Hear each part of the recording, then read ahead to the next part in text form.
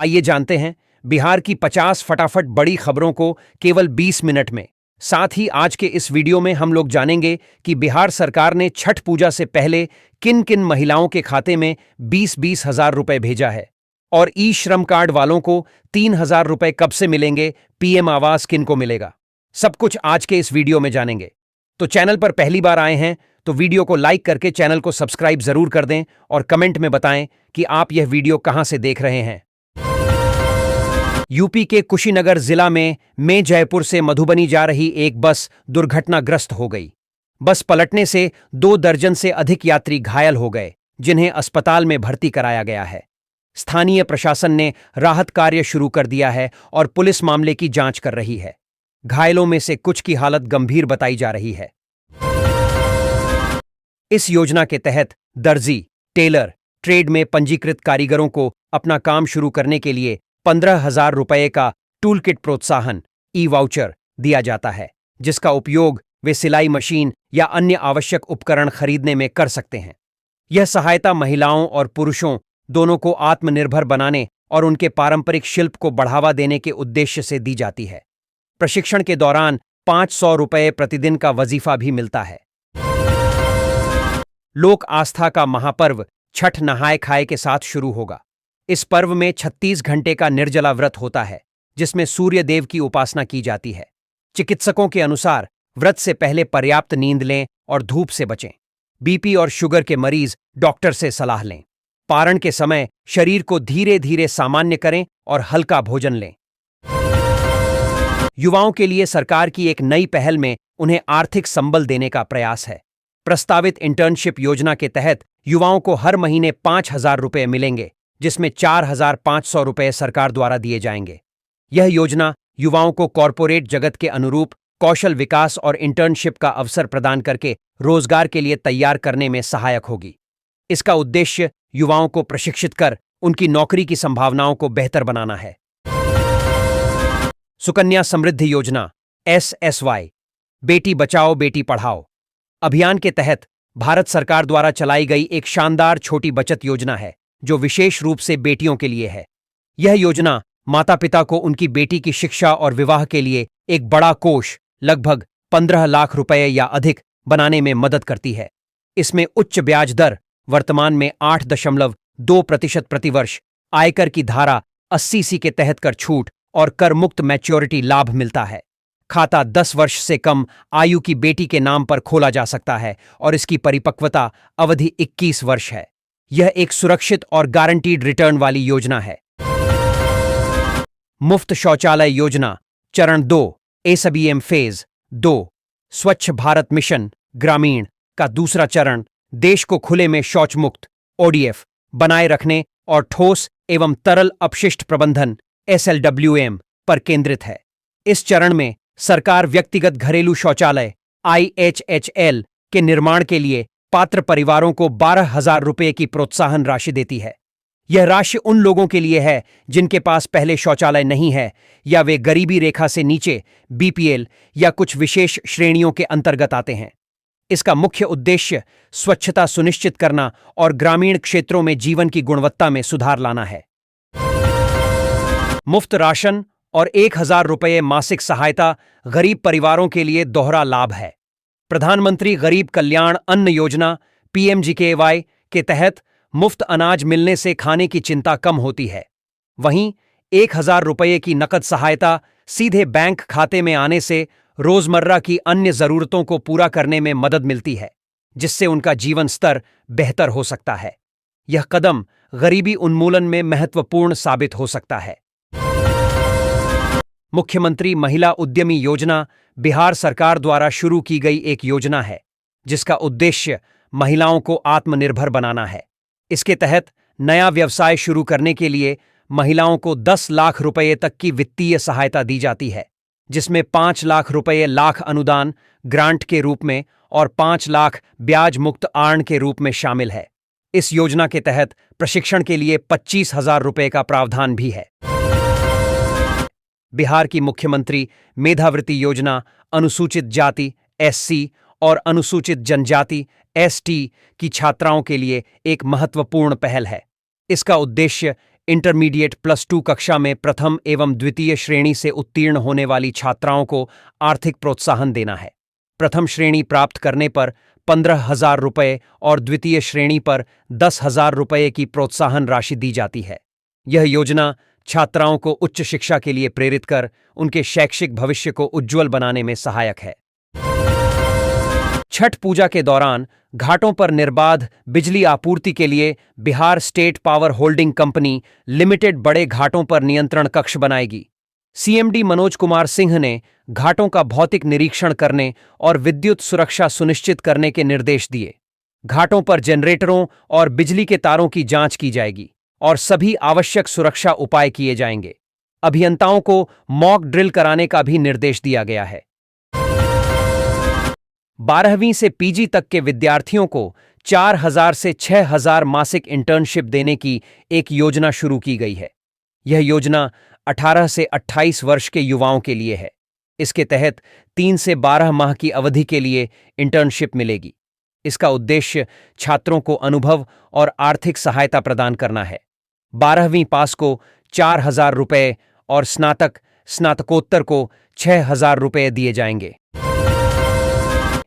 पशु शेड अनुदान योजना। किसानों को लाभ। केंद्र सरकार की मनरेगा पशु शेड योजना पशुपालकों के लिए वरदान है। यह योजना पशुओं के उचित रखरखाव और आश्रय के लिए वित्तीय सहायता प्रदान करती है। पशुओं की संख्या के आधार पर यह अनुदान 75,000 से लेकर 1,60,000 तक हो सकता है। इससे ग्रामीण क्षेत्रों में रोजगार सृजन होता है और छोटे तथा सीमांत किसानों को पशुपालन व्यवसाय को बेहतर ढंग से चलाने में मदद मिलती है, जिससे उनकी आय में वृद्धि होती है। इस वर्ष छठ पर्व पर महंगाई की मार पड़ रही है। आवश्यक वस्तुओं की कीमतें बढ़ने से लोगों का बजट बिगड़ गया है और खरीदारी करना मुश्किल हो रहा है। फल, सब्जियां और पूजा सामग्री महंगी होने से गरीब और मध्यम वर्ग के परिवार परेशान हैं। कई परिवार कम सामान खरीद रहे हैं या कर्ज लेने को मजबूर हैं। बाजारों में भीड़ तो है, लेकिन ऊंची कीमतों के कारण लोग खरीदारी से हिचकिचा रहे हैं। छात्रों को 3,000 रुपये प्रतिमाह प्रोत्साहन राशि देना एक सराहनीय कदम है। यह वित्तीय सहायता मेधावी और जरूरतमंद विद्यार्थियों को शिक्षा जारी रखने में बड़ी मदद करती है। इससे वे बिना आर्थिक चिंता के अपनी पढ़ाई पर ध्यान केंद्रित कर पाते हैं। यह प्रोत्साहन राशि उन्हें बेहतर भविष्य बनाने के लिए प्रेरित करती है, जिससे साक्षरता और शैक्षणिक स्तर में सुधार होता है। बेतिया में जदयू कार्यकारिणी की बैठक में एनडीए प्रत्याशियों को समर्थन देने का फैसला हुआ। जिलाध्यक्ष शत्रुघ्न प्रसाद की अध्यक्षता में हुई बैठक में कम सीटों पर प्रत्याशी उतारने को लेकर नाराजगी जताई गई। सदस्यों ने पार्टी की सीटें नहीं बढ़ने पर रोष व्यक्त किया और एनडीए प्रत्याशियों को जिताने का संकल्प लिया। बैठक का संचालन विजय राउत ने किया। समस्तीपुर जिले में आगामी चुनावों में युवा मतदाताओं की भूमिका अहम होगी। 9 लाख से अधिक मतदाता 18 से 39 वर्ष के हैं, जो चुनाव परिणामों को प्रभावित कर सकते हैं। राजनीतिक दल इन मतदाताओं को आकर्षित करने के लिए विभिन्न रणनीतियां अपना रहे हैं। यह देखना दिलचस्प होगा कि युवा मतदाता किस दल का समर्थन करते हैं और इसका चुनाव परिणामों पर क्या प्रभाव पड़ता है। सिकटी विधानसभा सीट पर इस बार मुकाबला दिलचस्प है, जहां वीआईपी के हरिनारायण प्रामाणिक और भाजपा के विजय कुमार मंडल आमने सामने हैं। महागठबंधन में सीट बंटवारे के बाद यह सीट वीआईपी के खाते में गई है। 2020 में भाजपा के विजय कुमार मंडल ने राजद के शत्रुघ्न प्रसाद सुमन को हराया था। पिछले चुनाव में यहां 79.4% मतदान हुआ था, जिसमें महिलाओं की भागीदारी अधिक थी। पूर्वी चंपारण के चिरैया सीट पर राजद प्रत्याशी लक्ष्मी नारायण यादव के खिलाफ भाजपा के लाल बाबू प्रसाद गुप्ता और लक्ष्मी नारायण के पुत्र लालू प्रसाद यादव भी मैदान में हैं। वहीं मोतिहारी में राजद के देवा गुप्ता और उनकी पत्नी प्रीति गुप्ता आमने सामने हैं। प्रीति मोतिहारी की मेयर हैं और निर्दलीय चुनाव लड़ रही हैं। खगड़िया जिले के परबत्ता विधानसभा सीट पर राजद विधायक डा संजीव कुमार और सांसद राजेश वर्मा के बीच सोशल मीडिया पर जंग छिड़ी है। विवाद सरकारी योजना के उद्घाटन से शुरू हुआ, जहां दोनों नेताओं ने श्रेय लेने की कोशिश की। विधायक ने सांसद पर विकास में बाधा डालने का आरोप लगाया, जबकि सांसद ने इसे झूठा प्रचार बताया। समर्थकों के बीच भी सोशल मीडिया पर तीखी बहस चल रही है, जिससे परबत्ता की राजनीति गर्मा गई है। बिहार में चुनावी माहौल गर्मा गया है। जेपी नड्डा आज 2 रैलियों को संबोधित करेंगे। वहीं महागठबंधन एक संयुक्त प्रेस कॉन्फ्रेंस करेगा। सबकी निगाहें 2025 के बिहार विधानसभा चुनावों पर टिकी हैं, जिसके लिए सभी राजनीतिक दल अपनी अपनी रणनीति बनाने में जुटे हैं। महागठबंधन की प्रेस कॉन्फ्रेंस में तेजस्वी को सीएम फेस घोषित किया गया है। वहीं मुकेश सहनी सहित 2 डिप्टी सीएम होंगे। बिहार महागठबंधन ने तेजस्वी यादव को मुख्यमंत्री पद का उम्मीदवार घोषित किया है। इस घोषणा से महागठबंधन के कार्यकर्ताओं में उत्साह है और उन्हें युवाओं का समर्थन मिलने की उम्मीद है। अब देखना यह है कि क्या तेजस्वी की उम्मीदवारी से चुनाव प्रचार में तेजी आएगी और विपक्षी दल एकजुट होंगे। लालगंज में राजद उम्मीदवार शिवानी शुक्ला को हत्या की धमकी देने के मामले में पुलिस ने आरोपी के भाई को गिरफ्तार किया है। करताहां थानाध्यक्ष ने रणधीर कुमार और उसके भाई रंजीत कुंवर के खिलाफ प्राथमिकी दर्ज कराई है। रंजीत ने फोन पर धमकी दी थी और वह हैदराबाद में रहता है। पुलिस ने शिवानी शुक्ला की सुरक्षा बढ़ा दी है और आरोपी की गिरफ्तारी के लिए टीम हैदराबाद रवाना हो गई है। पूर्णिया जिले के कस्बा विधानसभा क्षेत्र में चुनावी माहौल गर्मा गया है। महागठबंधन ने कांग्रेस से इरफान आलम को मैदान में उतारा है। वहीं एनडीए से लोजपा आर के नीतीश कुमार सिन्हा उम्मीदवार हैं। कांग्रेस के अफाक आलम और भाजपा के प्रदीप कुमार दास की बगावत ने दोनों गठबंधनों के लिए मुश्किलें खड़ी कर दी हैं। ऐसे में मुकाबला दिलचस्प होने की संभावना है। बिहार की राजनीति में उस समय एक अप्रत्याशित मोड़ आया जब मुकेश सहनी ने उप मुख्यमंत्री पद की मांग की, जिससे महागठबंधन में तनाव बढ़ गया। कांग्रेस आलाकमान के हस्तक्षेप के बाद उन्हें डिप्टी सीएम चेहरा घोषित करने पर सहमति बनी, क्योंकि मल्लाह समुदाय का वोट महत्वपूर्ण माना गया। इस घटनाक्रम ने सहनी को बिहार की राजनीति में एक महत्वपूर्ण खिलाड़ी बना दिया। पूर्वी चंपारण जिले के चिरैया विधानसभा क्षेत्र में राजद को बद्धा झटका लगा है। टिकट वितरण में मनमानी का आरोप लगाते हुए 1.5 दर्जन पंचायत और प्रखंड अध्यक्षों ने सामूहिक इस्तीफा दे दिया। कार्यकर्ताओं का आरोप है कि पार्टी ने योग्य कार्यकर्ताओं को अनदेखा कर धनबल वालों को टिकट दिया है। अच्छे लाल यादव का टिकट कटने से भी कार्यकर्ता नाराज थे। प्रधानमंत्री नरेंद्र मोदी बिहार विधानसभा चुनाव के लिए समस्तीपुर से चुनावी अभियान की शुरुआत करेंगे। उनका लक्ष्य मिथिलांचल की 30 सीटों पर एनडीए की पकड़ मजबूत करना है। इस रैली में विकास और सामाजिक समीकरणों पर ध्यान केंद्रित किया जाएगा। कर्पूरी ठाकुर की जन्मभूमि पर यह सभा विपक्ष में बेचैनी पैदा कर रही है, क्योंकि एनडीए 2020 के चुनाव में जीती हुई सीटों को और बढ़ाने का प्रयास कर रही है। नवादा जिले के वारिसलीगंज विधानसभा क्षेत्र से कांग्रेस प्रत्याशी सतीश कुमार उर्फ मंटन सिंह ने बिहार विधानसभा चुनाव 2025 के लिए अपना नाम वापस ले लिया है। उन्होंने निर्वाची पदाधिकारी गौरव शंकर को आवेदन दिया। महागठबंधन में संभावित आपसी संघर्ष को टालते हुए अब वारिसलीगंज में 9 उम्मीदवार मैदान में हैं, जिनमें बीजेपी की अरुणा देवी भी शामिल हैं। मुख्यमंत्री नीतीश कुमार ने वैशाली में युवाओं के लिए बड़ी घोषणा करते हुए कहा कि सरकार पहले 10 लाख युवाओं को नौकरी देगी। अगले 5 सालों में 1 करोड़ युवाओं को रोजगार के अवसर मिलेंगे। उन्होंने युवाओं से सरकार की योजनाओं का लाभ उठाने और बिहार को विकसित राज्य बनाने में सहयोग करने का आह्वान किया। सरकार युवाओं को आत्मनिर्भर बनाने के लिए प्रतिबद्ध है। बिहार की राजनीति में भाजपा की बागी उम्मीदवार रश्मि वर्मा और एक अन्य बागी ने नामांकन वापसी के अंतिम दिन अपना पर्चा वापस ले लिया। इस घटनाक्रम से भाजपा को राहत मिली है और राजनीतिक समीकरणों में बदलाव की संभावना है। अब देखना है कि इसका चुनाव परिणामों पर क्या प्रभाव पड़ता है। अश्विनी चौबे की लगातार 5 जीत के बाद से भाजपा हमेशा भागलपुर सीट पर किसी ब्राह्मण नेता पर ही दांव लगाती आ रही है। पार्टी के शीर्ष नेतृत्व ने बाद में लालमुनि चौबे के स्थान पर अश्विनी कुमार चौबे को बक्सर संसदीय सीट से चुनाव मैदान में उतारा। अश्विनी चौबे लगातार 2 बार बक्सर से भाजपा के सांसद रहे। उनके भागलपुर सीट से हटने के बाद 2014 के विधानसभा उपचुनाव में भाजपा ने उनके बेटे अर्जित शाश्वत चौबे को भागलपुर से उतारा, जो कांग्रेस के अजीत शर्मा से चुनाव हार गए। पीएम किसान सम्मान निधि योजना 22वीं किस्त की तारीख। केंद्र सरकार ने किसानों को हर साल 6,000 रुपये की मदद के लिए ये स्कीम चलाई है, जो 3 बराबर किस्तों में 2,000 से 2,000 रुपये देती है। इस स्कीम का नाम है पीएम किसान सम्मान निधि योजना। इस स्कीम की 21वीं किस्त का इंतजार कर रहे किसान भाइयों के लिए अब अच्छी खबर है।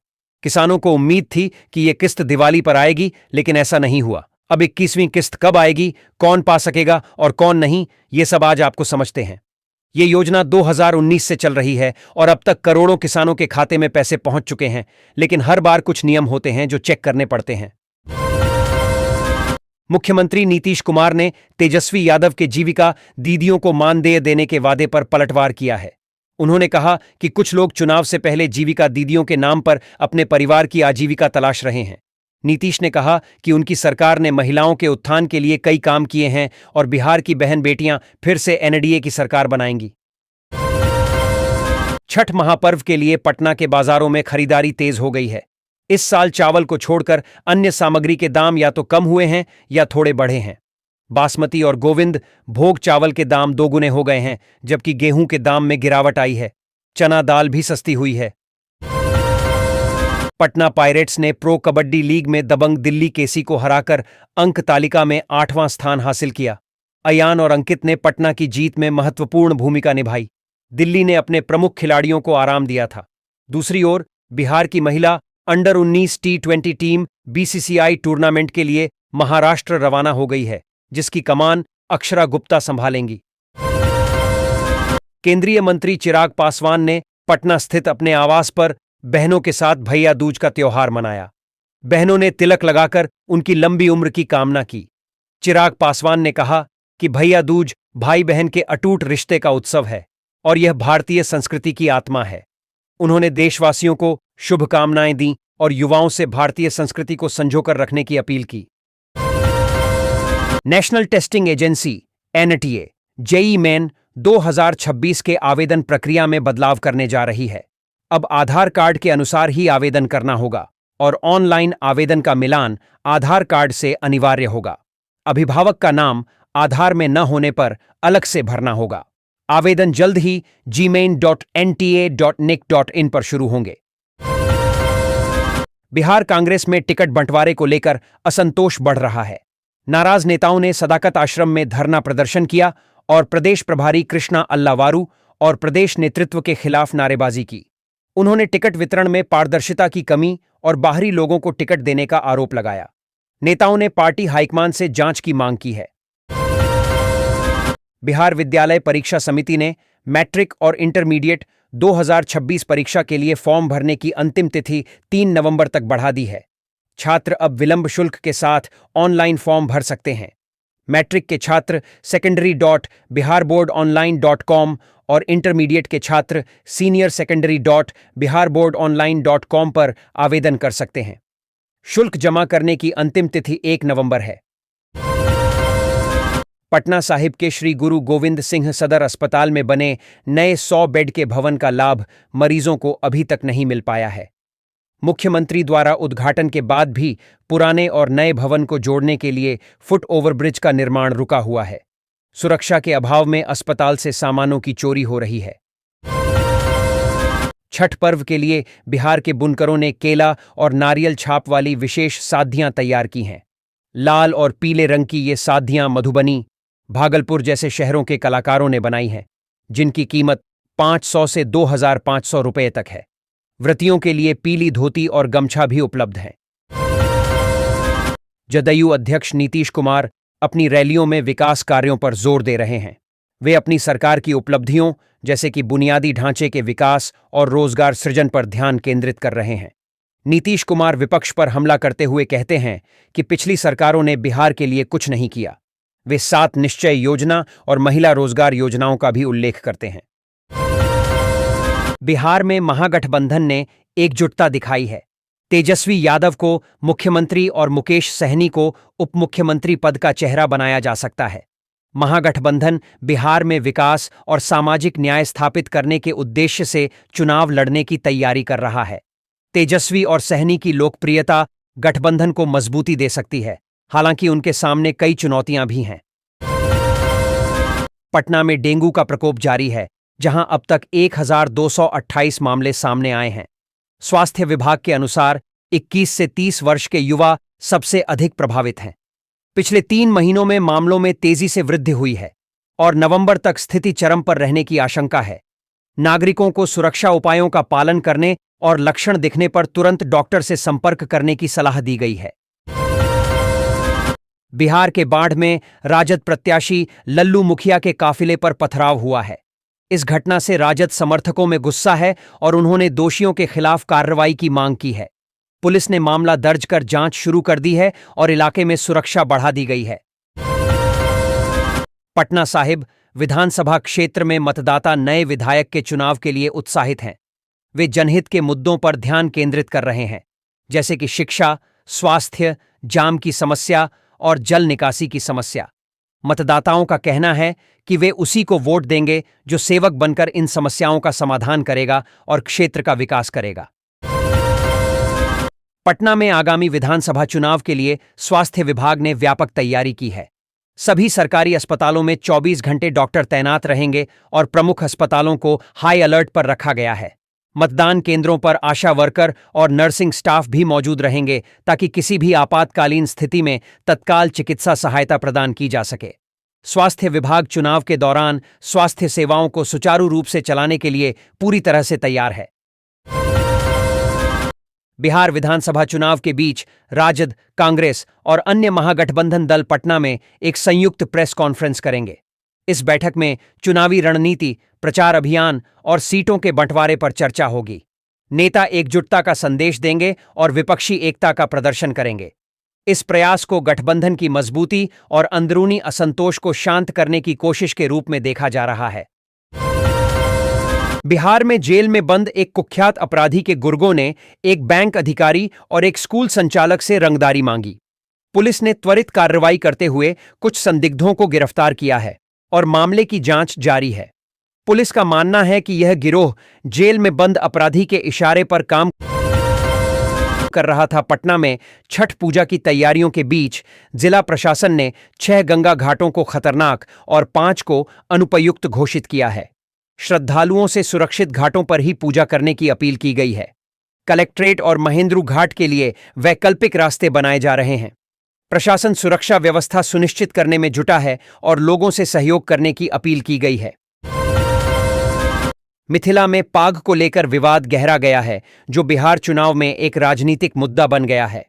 पाग, जो मिथिला की सांस्कृतिक पहचान है, राजनीतिक दलों द्वारा अपने लाभ के लिए उपयोग करने के प्रयासों के कारण विवादों में घिर गया। इस मुद्दे का उत्तर प्रदेश से भी संबंध सामने आया, जिससे स्थानीय लोगों में नाराजगी है, लेकिन इसने उन्हें अपनी सांस्कृतिक विरासत को बचाने के लिए एकजुट किया है। बिहार महागठबंधन में सीट बंटवारे को लेकर मची खींचतान के बीच कांग्रेस नेता अशोक गहलोत ने मोर्चा संभाला है। उन्होंने लालू यादव और तेजस्वी यादव से मुलाकात कर गठबंधन को एकजुट रखने की कोशिश की। गहलोत ने कहा कि कुछ सीटों पर दोस्ताना मुकाबला हो सकता है, लेकिन महागठबंधन एकजुट है और उनका लक्ष्य एनडीए को सत्ता से बाहर करना है। गुरुवार को महागठबंधन की संयुक्त प्रेस कॉन्फ्रेंस होने की संभावना है। भागलपुर के कोतवाली थाना क्षेत्र में स्टेशन चौक पर फल खरीद रही एक महिला का पर्स काटकर मंगलसूत्र, अंगूठी और 1,800 रुपये की चोरी हो गई। महिला के पति ने पुलिस में शिकायत दर्ज कराई, लेकिन पुलिस ने चोरी की बजाय गुमशुदगी की रिपोर्ट दर्ज की। घटना के 7 दिन बाद भी पुलिस को कोई सुराग नहीं मिला है। औरंगाबाद में राष्ट्रीय जनता दल ने बड़ा फेरबदल करते हुए अपने 3 विधायकों का टिकट काट दिया है। ओबरा विधायक आरशी कुमार को टिकट मिला है, जबकि गोह से भीम सिंह यादव, नबीनगर से विजय कुमार सिंह और रफीगंज से मो नेहालुद्दीन का टिकट कट गया है। राजद ने गोह से अमरेंद्र कुशवाहा, नबीनगर से आमोद कुमार और रफीगंज से डा गुलाम शाहिद को उम्मीदवार बनाया है। विधायकों के प्रति विरोध के कारण तेजस्वी यादव ने यह फैसला लिया। औरंगाबाद का कुटुंबा विधानसभा क्षेत्र 2025 के चुनाव के लिए तैयार है। 2020 में कांग्रेस के राजेश राम ने हम के श्रवण भुइयां को हराया था।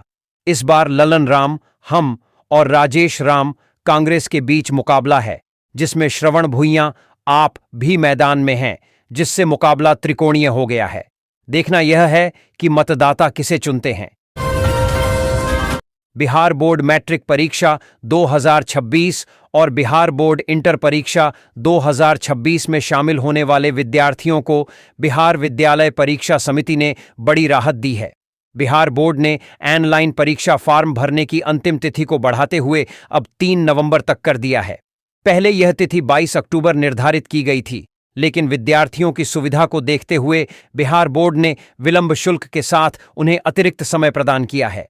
Bihar board matric and inter exam 2026। Bhagalpur में साइबर ठगों ने बिजली बिल अपडेट करने का झांसा देकर एक रिटायर्ड बैंक अधिकारी और उनकी पत्नी से 2,51,000 रुपये ठग लिए।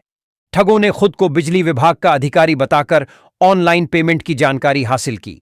पुलिस ने मामला दर्ज कर जांच शुरू कर दी है। हाल के दिनों में इस तरह की कई घटनाएं सामने आई हैं, जिनमें लोगों को बिजली बिल के नाम पर ठगा गया है। बिहार के माउंटेन मैन दशरथ मांझी के बेटे भागीरथ मांझी को टिकट नहीं मिला, जिससे वे निराश हैं। उन्होंने बताया कि राहुल गांधी ने उन्हें टिकट देने का वादा किया था, जो पूरा नहीं हुआ। इस वजह से मांझी के परिवार में निराशा का माहौल है और वे आगे की रणनीति पर विचार कर रहे हैं। बिहार विधानसभा चुनाव में एआईएमआईएम के एक उम्मीदवार पर दारोगा हत्या का आरोप है, जबकि राजद के एक उम्मीदवार को लग्जरी गाड़ियों का शौक है। चुनाव आयोग उम्मीदवारों की पृष्ठभूमि की जांच कर रहा है ताकि मतदाताओं को सही जानकारी मिल सके। राजनीतिक दल मतदाताओं को लुभाने के लिए विभिन्न रणनीतियों का उपयोग कर रहे हैं। छठ महापर्व के दौरान यात्रियों की सुविधा के लिए पंडित दीनदयाल उपाध्याय मंडल द्वारा 22 अक्टूबर से एक अनारक्षित फास्ट पैसेंजर स्पेशल ट्रेन शुरू की जाएगी। यह ट्रेन पंडित दीनदयाल उपाध्याय जंक्शन से सुबह 9 बजे रवाना होगी और गया जंक्शन तक विभिन्न स्टेशनों पर रुकेगी। वापसी में भी यह ट्रेन गया से डीडीयू तक चलेगी, जिससे छठ पर्व के यात्रियों को सुविधा मिलेगी। चेरिया बरियारपुर में राजनीतिक परिवारों की दूसरी तीसरी पीढ़ी चुनावी मैदान में है। इन नेताओं के लिए सबसे बड़ी चुनौती जातीय समीकरणों को साधना है, क्योंकि उनकी जीत इसी पर निर्भर करती है। राजनीतिक वंशवाद और जातीय समीकरण इस चुनाव के महत्वपूर्ण पहलू हैं। छठ व्रत चैट फास्टिंग में सूर्य देव की उपासना होती है, जो वैदिक काल से चली आ रही है। मान्यता है कि इससे रोगों से मुक्ति मिलती है। वैज्ञानिक रूप से सूर्य ऊर्जा का स्रोत है। सूर्य के प्रकाश में 7 रंग होते हैं और यह पेड़ पौधों में प्रकाश संश्लेषण के लिए आवश्यक है, जिससे ऑक्सीजन उत्पन्न होती है। सूर्य की किरणें स्वास्थ्य के लिए भी महत्वपूर्ण हैं। छठ व्रत में सूर्य की प्रत्यक्ष उपासना की जाती है। भोजपुर जिले के पिरौंटा गांव में जन सुराज पार्टी के प्रत्याशी विजय गुप्ता के काफिले पर एक नशे में धुत व्यक्ति ने पथराव किया, जिससे एक स्कॉर्पियो का शीशा टूट गया। घटना के समय विजय गुप्ता कार्यकर्ताओं के साथ जनसंपर्क कर रहे थे। पुलिस मामले की जांच कर रही है। वहीं विजय गुप्ता ने इसे एक साजिश बताया है। कार्तिक छठ 2025 शनिवार 25 अक्टूबर को नहाय खाए के साथ शुरू हो रहा है। इस दिन व्रती नियम धर्म के साथ अरवा चावल, चने की दाल, कद्दू की सब्जी सेंधा नमक के साथ ग्रहण करेंगी।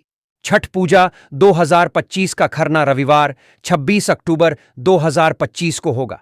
अस्ताचलगामी सूर्य को अर्घ्य अर्पण सोमवार 27 अक्टूबर और उदीयमान सूर्य को अर्घ्य 28 अक्टूबर मंगलवार को दिया जाएगा।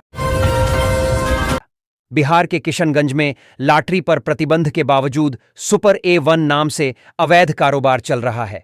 असली की आड़ में नकली लॉटरी बेची जा रही है, जिससे सिंडिकेट मालामाल हो रहे हैं और गरीब कंगाल। वजीर विशाल सिंडिकेट इस धंधे को चला रहा है, पर पुलिस प्रशासन की कार्रवाई सुस्त है।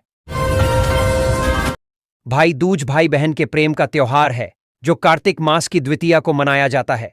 इस दिन बहनें भाइयों को तिलक लगाकर उनकी लंबी उम्र और सुख समृद्धि की कामना करती हैं।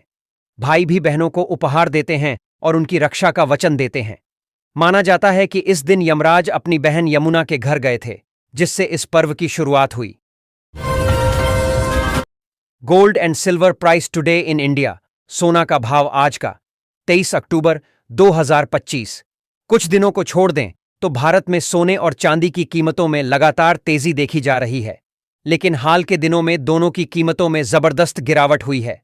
Indian Boolean and jewellers association (IBJ) की वेबसाइट के मुताबिक गुरुवार को बाजार बंद होने तक 24 कैरेट सोने के दाम घटकर 1,23,354 रुपए प्रति 10 ग्राम हो गया।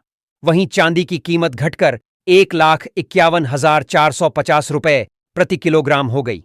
मल्टी कमोडिटी एक्सचेंज MCX में सोने का वायदा भाव 1,800 रुपए या 1.48% की बढ़त के साथ 1,23,657 रुपए प्रति 10 ग्राम पर पहुंच गया। इस बीच चांदी में भी तेजी देखी गई। मल्टी कमोडिटी एक्सचेंज MCX पर चांदी की वायदा कीमत 2,727 रुपए या 1.87% की बढ़त के साथ 1,48,285 रुपए प्रति किलोग्राम पर पहुंच गई। वैश्विक स्तर पर भी सोना और चांदी की कीमतों में तेजी रही।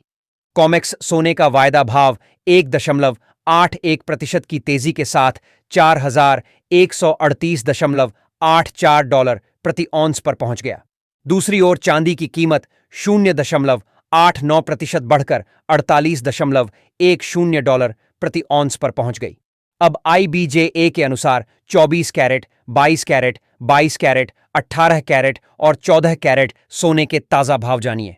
दिन भर जैसे जैसे कीमतों में बदलाव होंगे हम आपको अपडेट कराते रहेंगे।